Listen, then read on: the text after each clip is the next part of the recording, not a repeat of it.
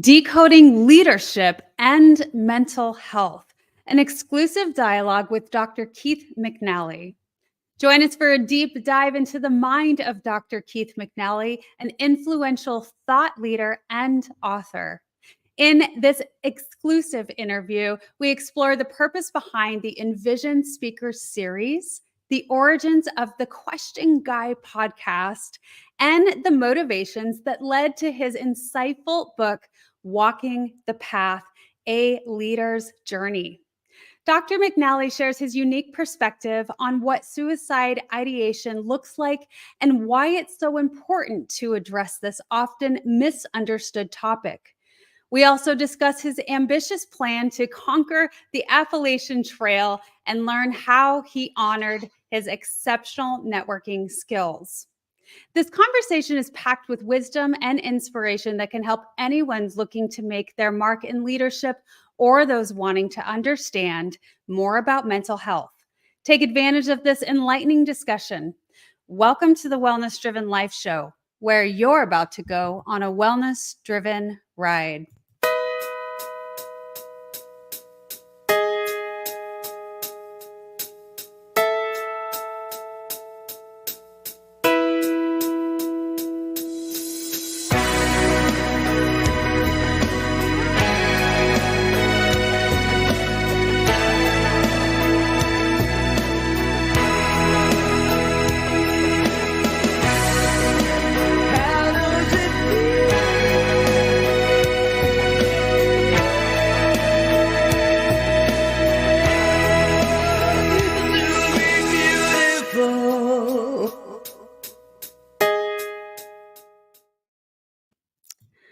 We are excited to introduce our partner, Evergreen Podcast, a globally recognized podcast network known for its original and creative content.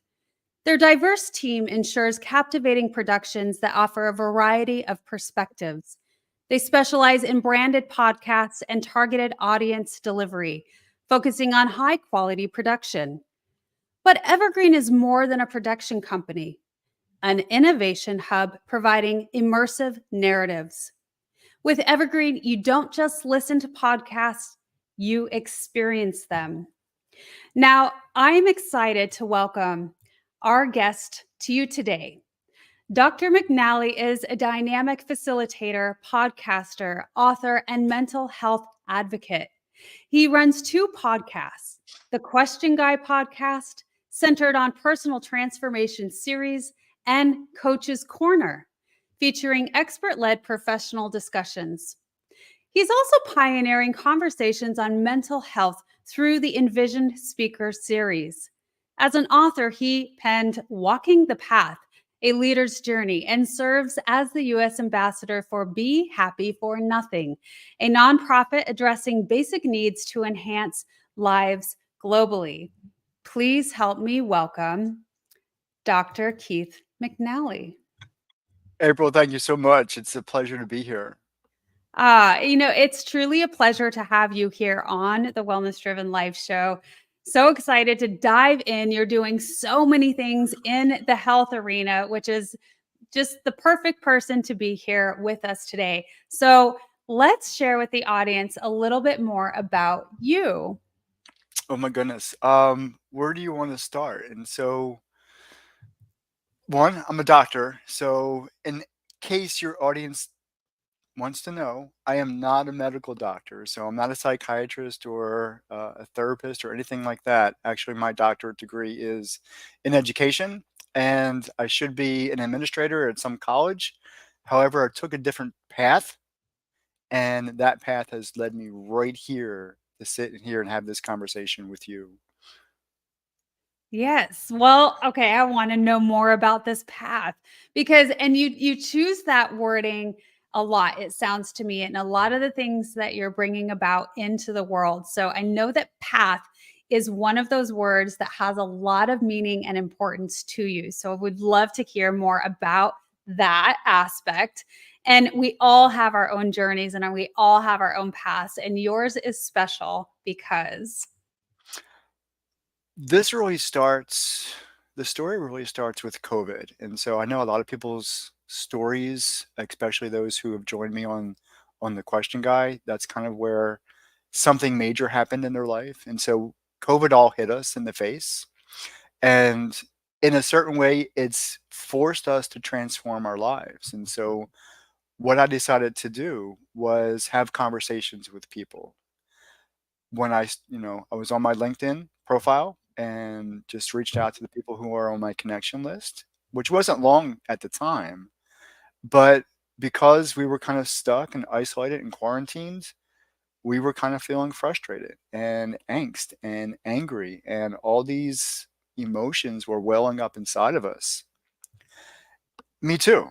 So I said, well, I need to do something about it. And so I did. I started knocking on people's virtual doors and say, hey, do you want to have a conversation? It started slow, and so not everybody was saying yes, but slowly people were kind of giving me the nod and say, yeah, let's jump on a Zoom call. Let's get to know one another. There was this need to reconnect in a different way. Now, typically, we would go to bars or restaurants or, the water cooler or wherever that was to get our socialization in, whatever that looks for you, cool. But that was taken away from us globally, Mm. which is just incredible. We chose technology to change the face of how we connect with one another. And so I started having conversations with people who were forced in whatever aspect that was, they were forced to make a change, meaning that there were two sides to this coin. One side was I had made it, I was successful, but I didn't like what I saw in the mirror, and I didn't have any way of making things personal to me, valuable to me. And so from the experience of being quarantined, people said, this is enough. I want a new I want a new me. I want to reinvent myself. And so they were making changes. They were, finding ways to align what they were doing professionally or personally with who they were, their Mm. values, their faith, all that all of that what it means. They wanted to drive a life that had new meaning and purpose for themselves. The flip side of that was people had lost everything. They had lost money, home, loved ones, themselves, and they wanted to find who they were and get out of this stuckness, this trap, whatever you want to call it. And so they were making personal changes. They were meditating. They were finding new people to connect with. They had lost people. They were finding ways to grieve. It was an incredible journey. And so the conversations that I was having forced me to say, hey, can we share your story with the world? And so initially it was called Level Up, but from Level Up, I rebranded. I'm a college professor by trade, and I the question guy. I ask a lot of questions. I dive deep into conversations, and I created the Question Guy podcast. I have a feeling you might have some questions for me today. I just might. But I really love that you're talking about sharing people's stories, because there's so much of that human aspect of us that really wants to be seen, to be heard, to be known, not to be forgotten. And when tragedy happens and the earth is shaken up around us, and everything seems out of whack and not in our norm, then we start to think about those things. We start to think about, okay, well, who am I? Because identity crisis tends to come up out of that as well. Very, very common. And how can I be heard? How can I be seen? What can I do for others? And so you jumping in and really starting to talk to people and really beginning to build community through this show and allowing people that stage, that moment in time to share themselves and their stories. Now, that is a beautiful thing. What has that done for you personally? It has changed my life, and I like to say that it was always one conversation at a time. And like I said before, it wasn't a big jump into it. It was finding people who were willing to have those conversations. So it was really um, a numbers game at first, but the more you do it, the more you share who you are, the more they're willing to share. Um, my story is I've attempted suicide twice, and so in the past 10 years. Last year, and so at the time of this recording, it's what, October of 2023. So 12 months ago, I had a major Crash. heart attack. I had a major heart attack, and my medical team says, you're damn lucky to be here, so you better make the most of it. I mean, that's how bad my heart is damaged. So, with all that, and then with every conversation, it's people have gone through stuff. So I'm going to keep my vocabulary very G-rated. People have gone through stuff, and we want, as a human race, we want just what you said. We want to connect. We want to be heard. We want to feel valued. We want to feel important. We want to align our actions with helping others. We are in, I don't know if it's true or not, this mental health crisis that we hear about, but really it comes down to how are we communicating with each other? How are we expressing and experiencing the presence of one another? And how are we telling people that they're important? Not just in a Hmm. general sense, it's good for you to be here on the earth. No, you're important to me. The conversation that we just had, I had two conversations earlier today. One to get somebody on my podcast, and two just to have a conversation with somebody who is just going through a hard time. And the lady who I invited to my podcast, because she's starting her own, and she's just writing a book series. She's kind of getting things started, and so it was so exciting for her to say yes, because she's going to want to share her story, and then I'm going to share her business acumen, and then she's going to come on the Envision Speaker Series, and she's going to bring friends with her, and she's going to talk about a passion topic that's all on her. And so it's this excitement that we have that just makes me excited to be alive. You know, having every conversation, having this conversation with you, is just good to know that we are doing something that's just changing people and making them feel good inside. Yeah. Yeah. So I can call you Keith. Yes. Yes, you can. I would love to call you Keith. Keith, I feel that it truly does do something. You said it changed my life because now I'm having conversations. And thank you so much for being vulnerable and sharing that you've attempted suicide, um, not once, but twice. So this has been something that has been a reality for you. It's not just something, oh, I'm thinking about. I've actually attempted because I have felt that my life has gone that low that I just didn't know what to do.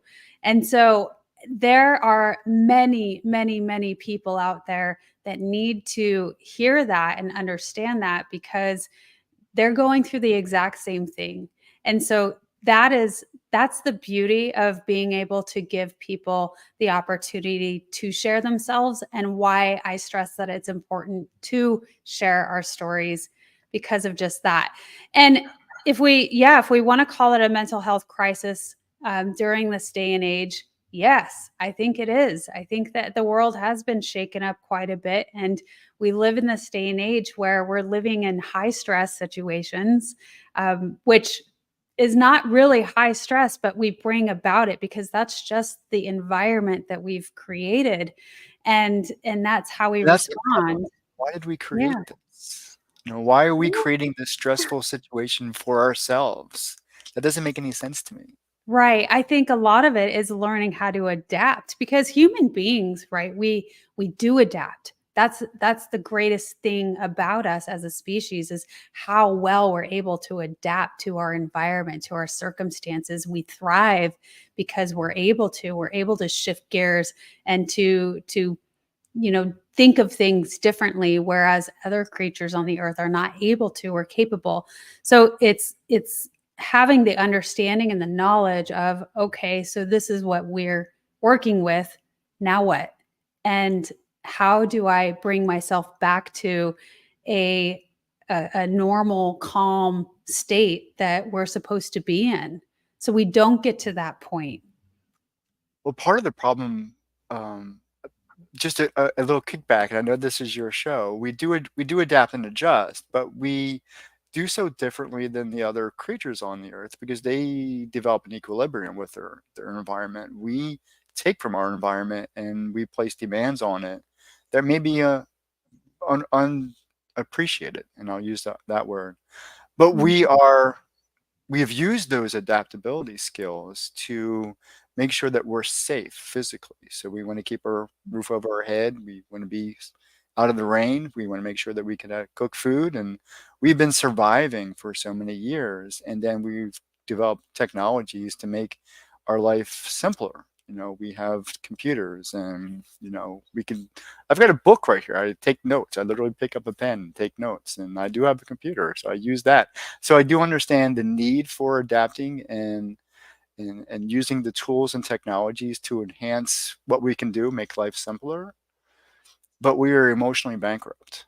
Um, Mm, we are we don't know how to deal with emotions. We are not taught to deal with emotions. right. We are not expected to. The only things that we know how to deal with are happiness because that feels good, and we Right. respond to every other situation in a very negative way. Something happens, we get angry. Somebody doesn't drive in front of us, we honk our horns, and I hear that a lot where I'm at. I'm in Virginia.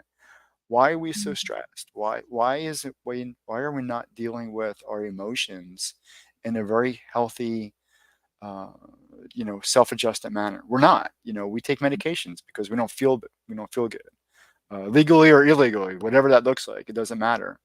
We are not taught from our parents and their parents to really or feel schools, okay yeah. and be okay with our emotions. So that's where I jump in and say, let's change the conversation around that. That's my hashtag around the Envision Speaker Series. Let's change the conversation. Let's really figure out what you're feeling. And so I talked about, you know, my suicide attempts because I'm at rock bottom, and there's nobody there. It's a scary hole to be in. Yeah. Unless, and this is what I talk about, there's got to be somebody out there, whoever that person is, whoever that person is, got to have one person to hold your hand with one hand and then hold the flashlight with the other because you have to find a way out and you can't do it alone. And so, in those circumstances, it's really, you've, I've kind of developed like this step process where you've got to learn how to rebreathe because you need oxygen. You need to learn how to write, pick up a pen, and you learn how to talk because you have to fill your head with the right words in order for you to survive, but you can't do it alone. There's a lot here, maybe beyond the scope of this podcast, maybe beyond the scope of this conversation. But going back to the idea that we have to find ourselves emotionally, or we're not going to survive too Mm. much longer as a race. Okay, so let's go to how you started addressing this initially, Okay. because you did hit rock bottom, right? And you what did you do after that? You hit rock bottom, you have the attempted suicide, so I don't know what that looked like. You don't have to go into detail, but what were the things that were more pivotal for you, how you came out of that? Because what I hear is community is key. Somebody, someone, we're here for each other. And so what does that look like when we have somebody there for us? What did that look like for you? It's an absolute necessity. And so I'll just go back a couple of years. Everything that I've done, I don't want to blame COVID-19 for this transformation in my life, but in some ways it is. And in some ways I brought everything into it and adjusted it and pivoted and came out of it. And so I had lost, like other people, I had lost my job. I had lost my job for 12 months. That cripples you emotionally as a man. over 50. And so, that plays a role in my ego. Uh, can't provide for my family, almost lost my house, going to live in the street. So lots of things going on, very, very practical in nature and then very emotional in nature. And so when you lose all that, you wake up and you're thinking, I have no value. I have no reason to be here. I have nothing going on in my life. There's no money in the bank. I could easily be on the street tomorrow or whatever that looks like. There was a person, a good friend of mine, now, a good friend of mine now. At the time, I met him on LinkedIn, actually, through a networking event. And we just happened to hit it off. And I said, I want to achieve XYZ goals. And, then I lost everything. And he invested himself into me. And so, like I said, that one person took the time and effort to give of himself because he knew I was hurting. That one thing, basically, he said, there's one, you gotta breathe, and every day you gotta get out of bed. If you could do those two things, we could get through today. And so I kind of teach the same thing in my own space with the own people that I talk to, is that if you can breathe and you can get out of bed, we could, I could hold the flashlight until you could hold it yourself. And we could get through today. And sometimes it's a daily thing. It's a daily walk. You got to walk that path every day. You've got to find a reason to get out of bed. You got to find a reason to breathe. You have to find it doesn't have to be big at first, and it's not going to be big at first. It's going to be, I want to talk to my daughter. I want to talk with her today. And so in order to talk with her, I've got to breathe and I've got to get out of bed. Right. Or, somebody's going to kick you, your wife is going to kick you and say, your spouse is going to go get a job. Right. So you got to breathe and you got to get out of bed. You got to show up. And Yeah. so when you do it enough, it then becomes routine again. And when it becomes routine, you could scaffold other skills around that because you were just in a dark hole. And so when you can scaffold things, breathing, doing, get out of bed, maybe eating something, exercising a little bit, building Yeah. that wellness around you. I'm taking up your space, April. Go ahead. No, I love everything that you're saying. And it's getting my mind going because so much of this, what you're saying, are things that I thought about. So I too was having a lot of very strong thoughts of suicide as well at one point.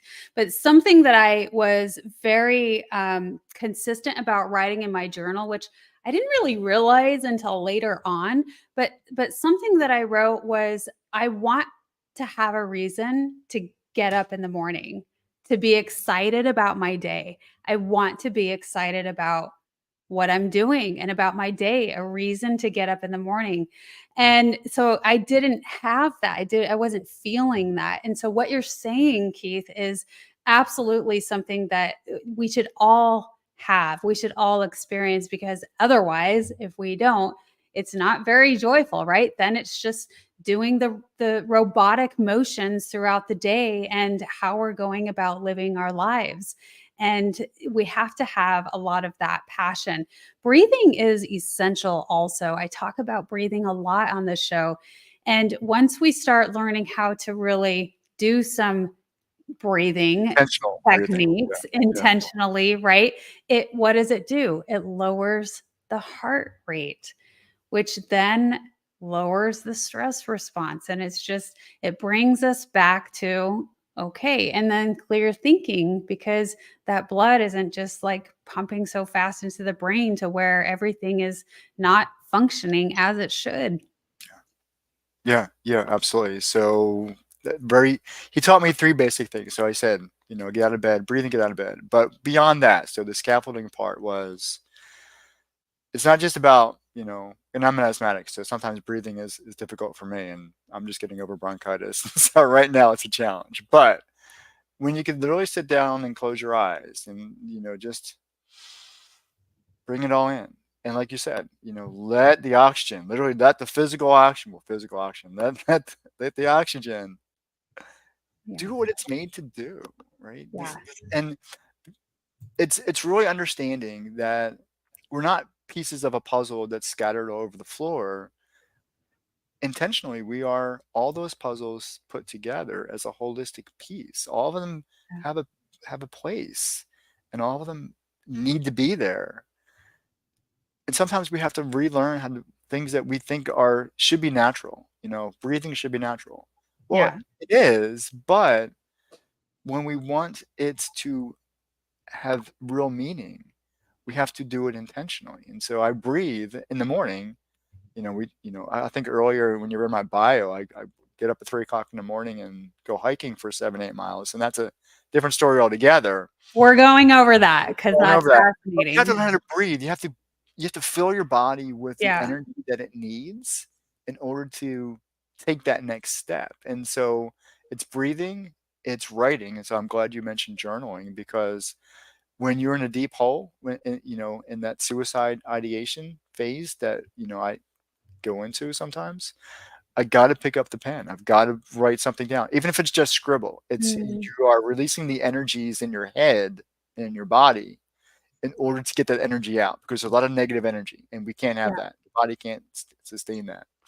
And then once you can write things down, then you need to allow your brain to activate, and that's by using your words. And so even if it's just reading a book, pick up a child's book, whatever you got laying around.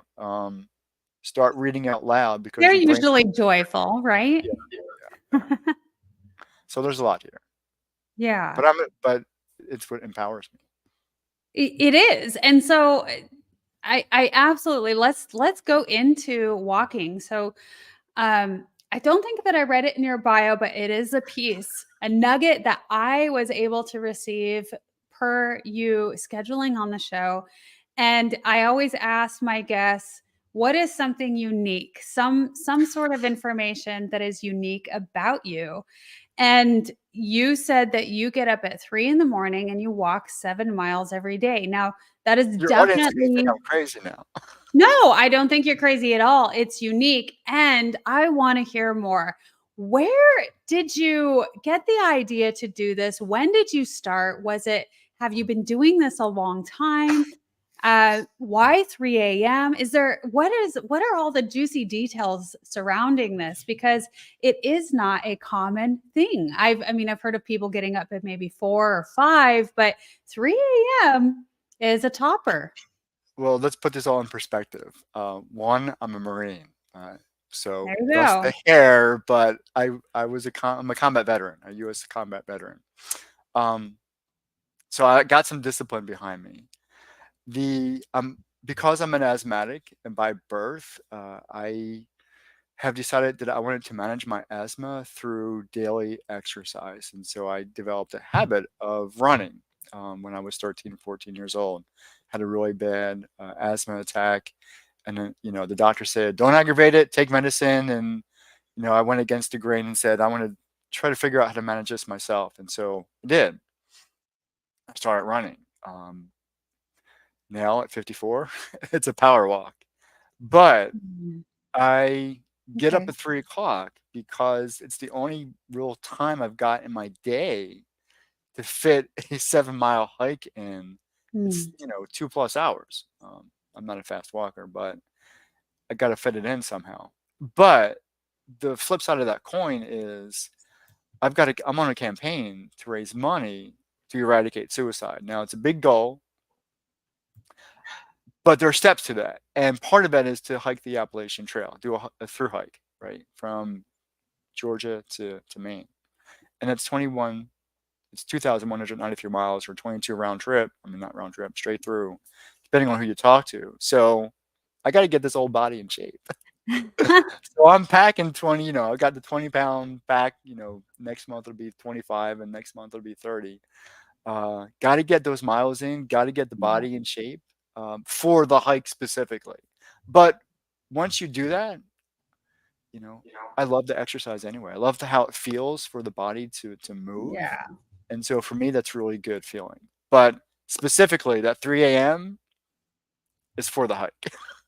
Okay, yeah, because Otherwise, I might how not be long does doing it that for free. Yeah, I don't know if you touched on that, but how long does it take you each morning? So, for me, a good walking pace is a 20-minute mile. So I'm doing 7 miles. It's 2 hours and another 20 minutes, or whatever that accumulates in minutes. On the weekends, I push that out to 9, 10, 11, 12 miles. So on a weekend, like a Saturday, Sunday, or whenever I have a day off from work, I push it as far as I can go. So easily, it's a 3 plus, almost to a 4 hour Yeah. consecutive hike through trails and neighborhoods and all that kind of stuff. So I also do it in the morning. I live here in Eastern Virginia, southeastern Virginia. So I'm in a military, what's called Hampton Roads, because we got Norfolk Navy base up here. So we got people with bald heads and doing all kind of crazy exercises. So Yeah. I'm not out of scope here. So, yes, this is more of a common thing that you have in Maybe your I area. have to pack, but everybody's going out and exercising. No, that's great. I think it's fascinating, and I think you're absolutely right. There's so much to movement, daily movement that really helps our mental health. Now, Keith, could you tell us more about you are doing this fundraising? What is it for? What are all the details behind that? And how do people learn a little bit more about it? So I'm building the logistics around it. So my goal is to raise 1 million. The hikes should go from March 1st of 2025 to whatever 4 or 5 months cover that hike. The goal is I've got a team of professionals, grief coaches, people who have built apps to build communities. Myself, a leadership coach who focuses on people who are stuck in life.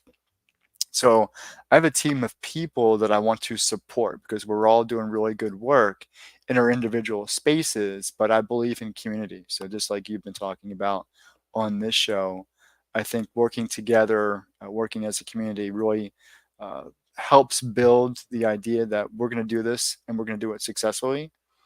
So with that, plus the Envision Speaker Series, plus the book, so there's all these different puzzle pieces to the campaign, and then the activity itself is, hey, this old man can do it. You can do it too. So can you. You could set up a purpose in life and say, I just don't have to sit in front of the computer or the TV drinking a beer and feeling crappy about myself. I Yeah. could get out and do something. I could turn my life around. I could put purpose into it by design and intention. And that's for me, this is a bucket list thing. So I just made it part of the campaign to make it worth something. Yeah, yeah, it's a win-win. Absolutely. So, Keith, tell us a little bit about the book. When did you write it? What was the fruition of it? And what kind of things do we get out of it? So the book started 2022. We're talking like early. So I'm friends with a gentleman. So this is my mentor. I'm going to can I do a shout out? Yes, Okay, please. so his name is Mitch Gray, and so I'm going to tag him when I see this video. And so he's my mentor, my friend. He's a godsend basically, and so he's the one who helped me get through this second, suicide attempt and the real bad spot I was in a couple of years ago. We became friends. He wrote a book, How to Hire and Keep Great People, which is a leadership book focused on HR stuff, but it had a lot of leadership components. And I said, I need to write a book, all my colleagues, and here I am, a college professor with no book. And so he said, I need to write a book. Write a book, right? So my first intention was, well, let me write the training manual for your book. And he said, all right, let's do that. So we talked about that, and that was kind of its first space. And then I was talking to another colleague, and you should really write a book, and I don't really know what to write about. So I went back to Mitch and I said, well, let's co-author a book. That's kind of because he's got a couple books out, and I said, I need a book. Let's co-author like a leadership book. And so, we agreed to that. So it kind of evolved into this leadership book. And due to time pressures, he couldn't commit to it. And so I said, well, I still need a book.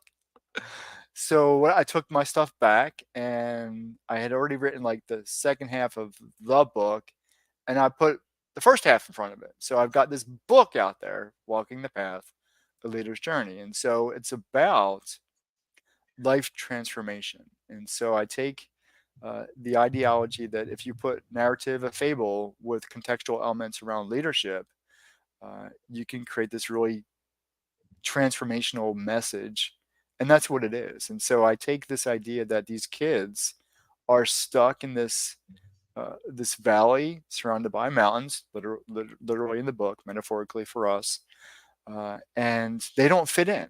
And so John is is expected to take over his dad's farm, and that's not what he wants to do. He wants to find out where life is.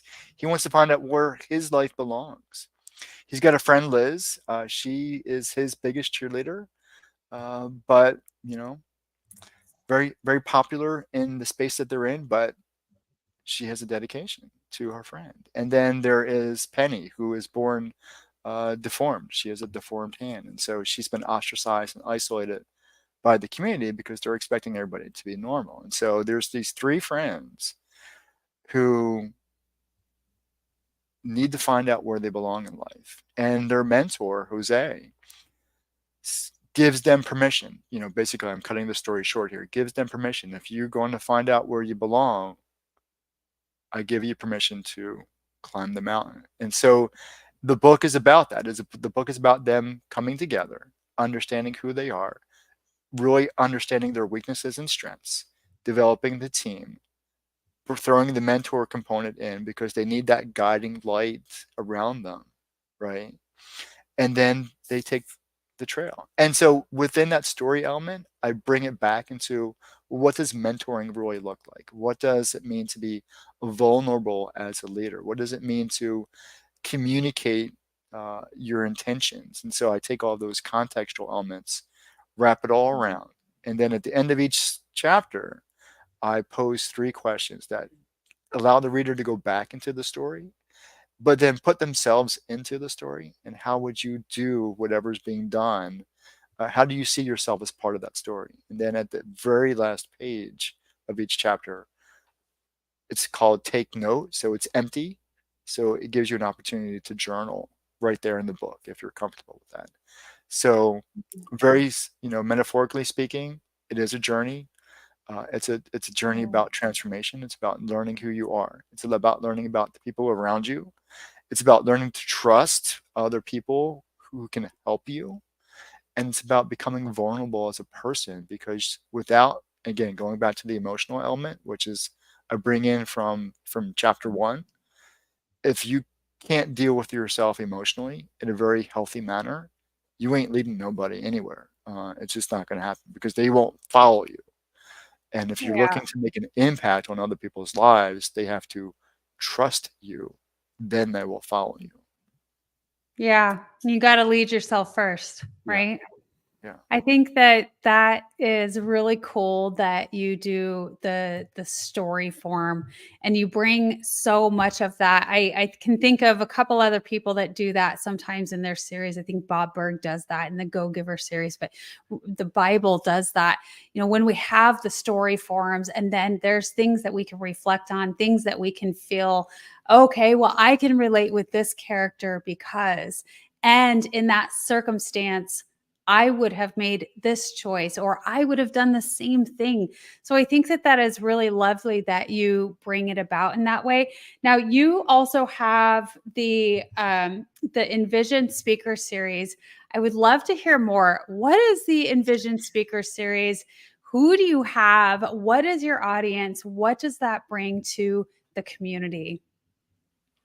Absolutely. So the evolution of my conversations, from the question guide to Coach's Corner, which is about people's professional business acumen, whatever they do, if they're an author or a coach or a small business owner. What I'm finding with all these conversations is that we are not healthy. And until we deal with ourselves in a very healthy manner, so everything's going back to emotions. And so this is the Yeah. crux of everything that I talk about. If we're not dealing with that, we are not healthy. We could pretend, we could put on the facade, everything's cool, I'm cool, you're cool, but we're not. We're struggling, and that really pulls out of pulls away from our humanity, and it's really sad to see that. So what I decided to do was bring people to the virtual table. So right now these are just virtual, just like this. This is a virtual conversation. I'm bringing people to the virtual table um, who really understand what it means to have a conversation around health. And so, for example, the first conversation I did on the Envision Speakers Series was back in July of this year, 2023. Men's mental health and suicide prevention. So I had to tackle that. So I'm always going to circle back to that because men my age, 45 and I'm 54, so 45 and older, uh, we ain't doing so good. You know, we are losing touch with our own humanity, our own person, and we are committing suicide. And I can't say it anymore. We are dying by suicide because there's a, you know, politically correct way of approaching this. Um, our angst in life is crippling. And so we are dying by suicide. We are choosing to end our lives in a very horrific way and leaving a wake of destruction behind us. And so that's just one example. Other examples of the conversations would include, you know, toxic workplaces. And that really cripples us. How many people out there in your audience don't even want to get out of bed because they know that going to work is going to add added stress to their lives? That is Mhm. horrible. And it's not just in America. And I've experienced that before. Not with my current job, but I have experienced it before. But the conversations that I'm having is it's worldwide. What in the world? This is Yeah. 2023. How can we go into a workplace whose boss and leadership structure is literally creating anxiety for you while you're at work? That's insane to me. It doesn't make any sense. Mm. Um, Other conversations, I've had conversations with a lady who was traumatized sexually, emotionally, physically abused growing up from age of 3. She ran out when she was 17 and she joined me in conversation with her mentor and friend because she wanted to share her story. So we did a two-part series. So the first one was about the crap that she went through as a child, and the second part of that show was how she's helping others now that she's an adult and continually thriving and growing herself. Another conversation is what do we do with our emotions? You know, what does it really mean to be emotionally healthy? And the other conversation I'm having this week, people who go into retirement without a plan also commit suicide, also die by suicide because they don't have a plan. They don't know what to do with their lives, their role, their responsibilities, Mm. all that's gone. And this new phase of life, if you don't go in with it with the right mindset, it's going to take you down. And so I'm going to talk to Yeah. Dave Buck, and we're going to talk about what it means to have purpose on the other side of, you know, work life. So these are the real conversations I'm having. I spoke with a lady this morning today. She's a menstrual cycle coach, and so that's where she's going into that space. And so it was a really interesting conversation. I said, and so she's telling me her backstory, you know, why she's, you know, in this, and even at her age, and she's 45, and she's telling me, I can't even buy, you know, products. Going to a mail, you know, at the register, it just freaks me out. And so Mm. she's helping women of all age groups understand the power of dealing with their own menstrual cycle. So I said, you got to come on my show. You've got to come on the Envision Speakers because that's exactly what this conversation is all about.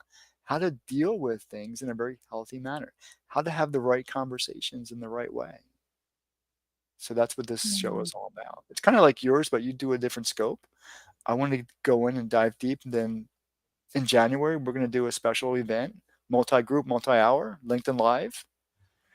We're going to offer solutions to different social problems that deal with emotions. And so, you know, marriages, if both partners in a marriage, it doesn't matter their, you know, sexual orientation, if you ain't going at it with the right emotional structure, without the right mindset, it's going to fall apart. So we're going to talk about that. We're going to talk about, well, the lady who, you know, does menstrual coaching. We're going to talk about why that's so important and why the conversations around that are so important. And then we're going to talk about emotional health and depression. And so if we don't have the right conversations at the right time with people who are depressed, and I don't mean clinically depressed, I just mean you're just having a crappy day and things aren't going well for you. how can you step in and say, let's have a conversation. Let's talk about what you're feeling right now.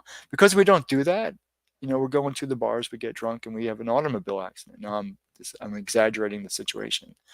But the thing is, because we're so empty and we don't know how to deal with our emotions, we do crazy stuff. We do weird stuff. We do Mhm. stuff that's not healthy. So I want to have those conversations to tell people it's okay to have those conversations. Yeah. Now, I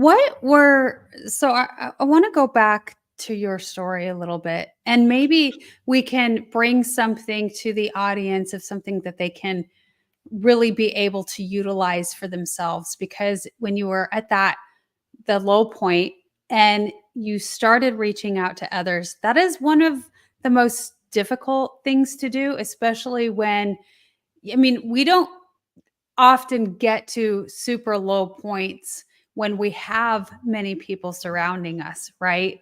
It's when we feel really alone that we go lower and lower.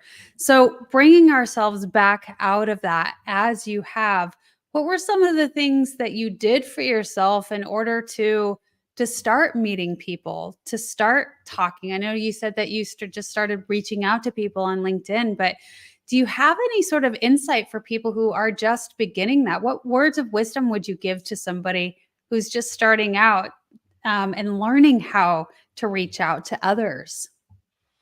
I'll give 3 words. It's going to be scary, so it's 4 words. It's going to be Yeah. scary.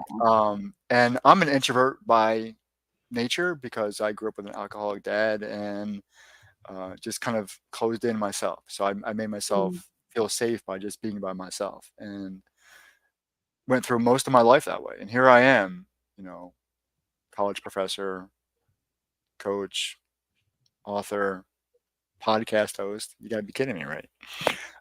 It's going to be scary because it's an unfamiliar space to be in. Um, for me, it was an unfamiliar space to be in, but there was there's a human need, and you can't deny it. There's a human need to connect, and unless you just really just want to go out and bushwhack for the rest of your life, which I know people who do, but for the most of us, we need to connect, and that means you've got to take the risk. And the risk is somebody saying no. The risk is somebody saying, I don't want to connect. And it's going to be personal. And because you are literally putting yourself out there, it's like going on that first date, putting yourself out there and being vulnerable and just wanting to be present. It can be scary. And, like I said, for me, it was, 1,000 no's and one yes. Then it was like 900 no's and one yes. And so that number of no's comes down. I still reach out to people. You know what's funny on LinkedIn? It's and I'm just gonna this real short story. I'll connect with strangers. So I'll see, I'll type in, wellness coach or whatever, and you got a cool title because I'll talk with anybody, and I do. It's kind of I want to have a million conversations with people before I die. And for those of you who are watching, listening, I had a heart attack, so I need to have conversations with you. Anyway, the thing is, I'll connect with people on LinkedIn and I'll just say, hey, the typical, and I'll give a message. You got this cool title, or I like what you're doing. I like your content. The funny thing is, sometimes they'll say no, thank you, or no, I don't want to, and still connect with you. So they're going to click the accept button and then type in no, no, what? Why don't you just ignore my request for connection? It's just so funny. But I put those conversations in archive so I don't see them. I won't delete them because it's a first level connection. And if they don't figure it out, then I keep the first level connection. But it's just so funny. But going back to your question, it's a risk. Everything's a risk in life. And so it's a risk worth taking. But I'll add this caveat.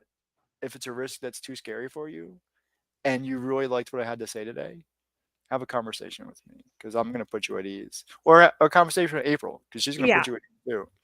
It's Um, a perfect place to start. Yeah, absolutely. Absolutely.